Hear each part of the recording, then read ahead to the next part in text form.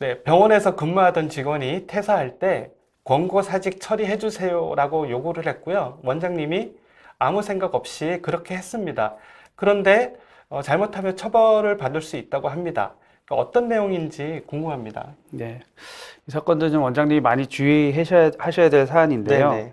이제 퇴직하는 직원들이 이제 실업급여 받고 좀 쉬고 싶으니까 공고사직 처리해달라고 요청한 경우가 있습니다. 네. 실제로는 꽤 많죠. 네네.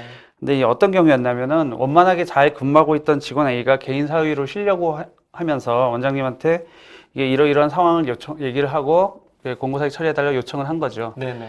그래서 원장님은 직원 요청이고 잘 이제 성실히 근무했던 직원이고 하니까 좀 좋은 네네. 생각으로 별 생각 없이 그렇게 처리해 줬는데 문제는 이런 대화 과정을 다른 직원 B가 녹음을 한 거예요, 이거를. 아, 그러니까 B는 좀 원장님에 대해서라든가 아니면 그 직원에 대해서 뭔가 좋지 않은 감정이 있었던 것 같은데 이 네네. 전체 과정을 녹음을 해서 나중에 퇴직한 다음에 원장님이랑 그 A를 한번 사기다, 이거는. 네네. 그 고발을 한 건데 네네. 도와드리다가 중간에 저 끊어지게 돼가지고 결론은 확인은 못했습니다만은 네네. 이런 절차 겪으면서 아마 원장님이 많은 고초를 겪으셨을 것 같습니다. 그러면 어떻게 하면 그 사고를 미리 예방할 수 있을까요?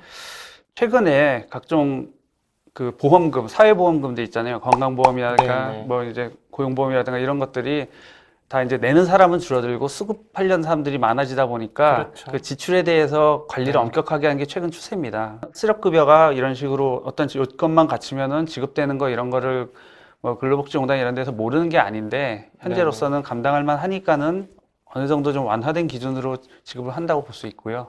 근데 앞으로는 이런 추세가 점점 엄격 관리하는 추세로 갈 거기 때문에 네네. 이런 추세를 감안하셔서 이런 후의로 권고사직 처리해 줘야 될 때 이것이 정말 이 사람을 내보내는 게 해고에 준할 만큼의 사유가 있어서 내보내는 건지 원장님이 잘 한번 고려를 해보셔야 될 것 같고, 그리고 이런 사건들이 문제가 되는 경우가 원장님이 문제가 돼서 원장님 상대로 수사하는 경우는 거의 없어요, 대부분. 네네. 예, 부정수급을 한 근로자가 문제가 되고 근로자를 수사하다 보면 이 사람이 병원 쪽에서 협조를 해주지 않았으면은 이렇게 받을 수 없었을 거니까 네네. 원장님이 그래서 도와준 거 아니냐 그러면 졸지의 공범이 되는 거죠. 아, 네. 그러니까 그런 걸 막기 위해서라도 아무리 그 뭐 여러 가지 챙겨주고 싶으신 건 이해하지만 네네. 한 번, 두 번, 세 번 생각하셔서 결정하시는 게 좋을 것 같습니다. 네. 그 최근에 그러면 이런 권고사직으로 처리해서 필요 이상의 급여를 받은 건수들이 한 얼마 정도 되는지 좀 알 수 있을까요? 글쎄요, 뭐 통계를 제가 확인은 못 네. 해봤는데 그 아마 적발하는 건수가 좀 계속 이전보다 조금씩 늘고 있는 걸로 알고 있습니다. 그리고 네네. 그 고용보험 말고 이제 건강보험에서도 이제 사무장병을 예로 들면은 지금까지 예전에 받았던 그 부정수급이 몇 천억이라고 하면은 지금 최근 몇 년간 합쳐서 몇 천억이거든요. 네. 이 추세면 몇 년 안에 1조 원을 돌파할 거라고 하는데 관리 감독도 엄격해지고 있고 그 고용보험에서도 비슷한 추세로 적발을 최근 더 하고 있는 걸로 알고 있습니다. 그럼 앞으로는 더 많아질 가능성이 있겠군요. 네, 그러니까 지금은 아직은 괜찮다고 생각하실 수 네네. 있는데 앞으로 더 엄격해질 거에 대비를 해서 원장님이 항상 병원의 최종 책임자고 관리자잖아요. 네네. 그러니까 조금은 보수적인 입장에서 접근하시는 게 좋습니다. 네, 잘 알겠습니다.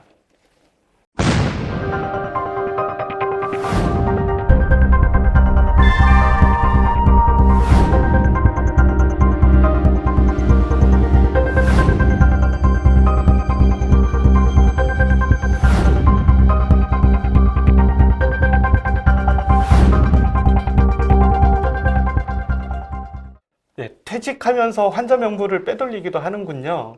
이건 상당한 범죄일 것 같은데요. 도대체 어떤 일이 있었는지 구체적으로 좀 설명 부탁드리겠습니다. 네, 이 사건은 이제 수액이나 뿌띠 성형 등을 주로 하는 그 네네. 의료기관에서 근무하던 간호조무사가 퇴직하면서 그 병원에 있는 환자 명부를 원장님 허락 없이 가지고 나간 사건입니다. 아, 그 상당한 범죄 아닌가요? 네, 이게 네. 개인정보보호법 위반이기도 하고 큰 문제가 되는데 이제 제공하는 그런 진료의 속성상 네네. 온 환자는 계속 오기 때문에 그 환자 명부가 있으면은 이직한 병원에서도 충분히 활용이 가능하니까 좀 네네. 그런 이익 때문에 좀 잘못된 판단을 한 것 같아요. 아, 그래서 그걸 가지고 나가서 새로 취업한 의료기관에서 환자들한테 이 문자 메시지를 쫙 발송을 했는데 네네. 이제 환자들 중에 어디서 이 정보를 취득했냐, 너는 내가 간 적이 없는 병원인데 라고 얘기를 하니까 이제 이제 덜컥 문제가 된 거죠. 근데 네네. 그 환자 입장에서는 간호조무사가 나가면서 이거를 몰래 들고 났을 거라는 생각은 못 하니까 네네. 뭐 원장이 그쪽에 넘겨졌거나 혹은 뭐 심하면 팔았거나라고 생각하고 크게 문제를 이제 삼으려고 했던 건데 실은 이 원장님도 피해자였던 건데 네, 그렇죠. 예, 그런 생각은 못 하시고 그렇게 고발을 했고 그래서 결국에는 그 원장님께 그래서 제가 그 간호조무사를 개인정보 위반으로 네네. 고소를 해라. 네네. 그래서 원장님이 여기에 관여되지 않았다는 걸 명백하게 밝히시는 게 좋겠다라고 말씀을 드렸지만은 막상 또 이제 형사 절차를 시작하는 게 굉장히 부담되잖아요. 그렇죠. 예, 시간도 많이 뺏기죠. 예, 시간도 뺏기고 또 자기도 어떻게 보면 책임이 일부 있을 것 같으니까는 네네. 그래서 그런 것들 때문에 행동에 옮기지는 못했는데 결과적으로 이게 해결은 됐다고 제가 들었지만은 네네. 그 과정에서 원장님이 그 법적 절차를 거치면서 고초를 많이 겪으셨습니다. 그럼 중요한 건 그럼 이런 일이 일어나지 않게 좀 재발 방지라 그럴까요? 좀 어떤 거를 할 수 있습니까? 직원을 채용할 때요? 네, 그 직무상 취득한 정보나 이런 것들을 비밀을 지키겠다는 비밀유지 서약서를 받아 놓으시는 게 좋아요. 네네. 내용이 특별할 건 없는 거고, 뭐 흔히 그냥 인터넷에서 그냥 돌아다니는 걸 받으셔가지고 그 서명 날인 받으셔도 충분한 정도입니다. 근데 그걸 하나 받아 놓을 때 주의하실 점은 만약에 이걸 위반하면 얼마에 대한 손해배상을 청구한다. 넌 나한테 물어줘야 된다는 걸 넣으셔야 네네. 돼요. 왜냐하면 이게 법적으로는 손해배상이 결국에 액수를 산정하는 게 제일 어렵거든요. 네네. 근데 개인정보가 유출됐을 때 이게 손해가 얼마다라는 거를 사실 저희도 변호사들도 계산하기 힘들어요. 네네. 그러니까 그런 부분에 발목 안 잡히시게 네가 이거 유출시키면은 무조건 1,000만 원, 뭐 2,000만 원 이런 식으로 적어 놓으시면은 나중에 법적인 분쟁이 생겼을 때 효용이 높고 네네. 그리고 또 실무적으로도 이렇게 자기가 서명한 거니까 자기가 만약에 문제 생기면은 1,000만 원, 2,000만 원 손해배상을 받을 수 있다고 생각하면 이게 좀 잘못된 판단하거나 이런 거를 좀 막는 효과가 있죠. 네, 알겠습니다.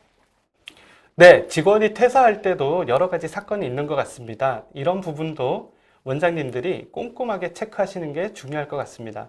출연해주신 전성훈 변호사님께 감사드립니다. 감사합니다. 감사합니다.